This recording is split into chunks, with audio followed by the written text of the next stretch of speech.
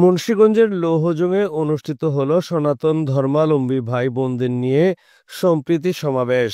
মুন্সিগঞ্জের লৌহজং উপজেলার সরকারি লৌহজং বিশ্ববিদ্যালয় কলেজ মাঠ প্রাঙ্গণে 19 সেপ্টেম্বর শুক্রবার বিকাল 3 ঘটিকায় এ সম্প্রীতি সমাবেশ অনুষ্ঠিত হয়।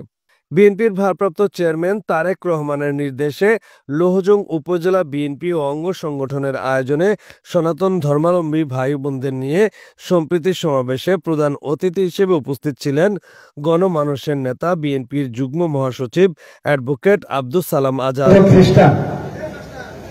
আমরা একটা জাতি হিসাবে বেঁচে থাকতে পারি,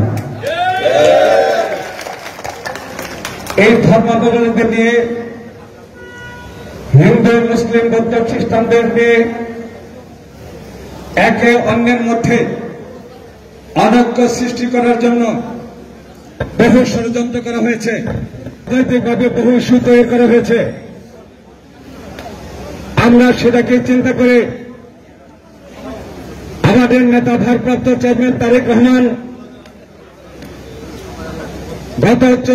গত বছর 5ই আগস্টে দেশের গণতন্ত্র পুনরুদ্ধারের পরে ছাত্র জনতার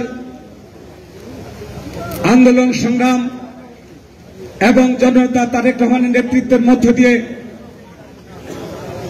যখন গণতন্ত্র সমাসীন দেশ একটি গণতান্ত্রিক রাষ্ট্র হিসাবে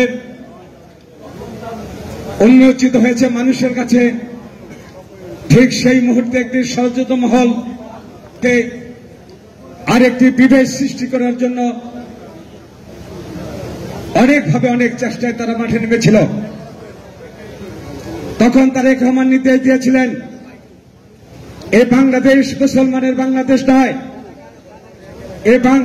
এছাড়াও উপস্থিত ছিলেন বীর মুক্তিযুদ্ধ ও সাবেক বিএনপির জনশক্তি উন্নয়ন বিষয়ক সম্পাদক এম এ মালেক। অনুষ্ঠানে সভাপতিত্ব করেন লৌহজং উপজেলা বিএনপির ভারপ্রাপ্ত আহ্বায়ক Kohinoor Sikder. Desk report, news 71.tv, Munshiganj.